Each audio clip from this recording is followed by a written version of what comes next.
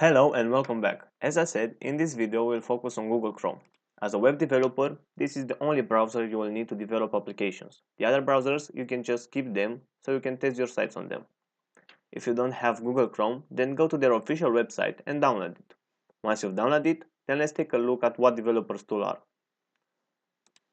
I still have the page open from the last video. If you want, you can create these files and open Live Server too, or just follow me along. If you don't have Live Server in your text editor, then you can search a Live Server plugin for it, or you just can simply open the HTML file. I have two dummy files, an HTML and a JavaScript one, and I open Live Server for this project. If you don't remember how to open Live Server, then right click on the entry file and then click Open with Live Server. Now, on the web page, let's do right click and then inspect. This will open Developers tool.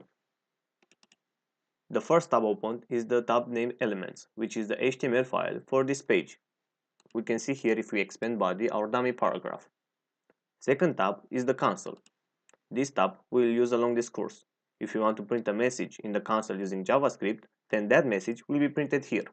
I can also write JavaScript code inside this console. For example, if I want to show an alert box on the web page, I can simply write the alert method and inside the message I want to show.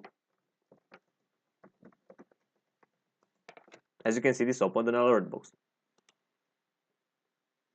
Another tab I want you to get accustomed to is the network tab. Here we can see all the files we use on this web page.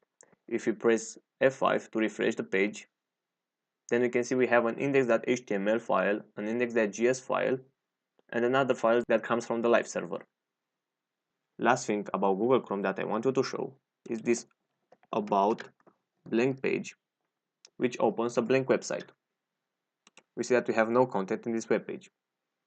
We'll use this page in some of the videos because it's a safe environment to test our JavaScript code in the console.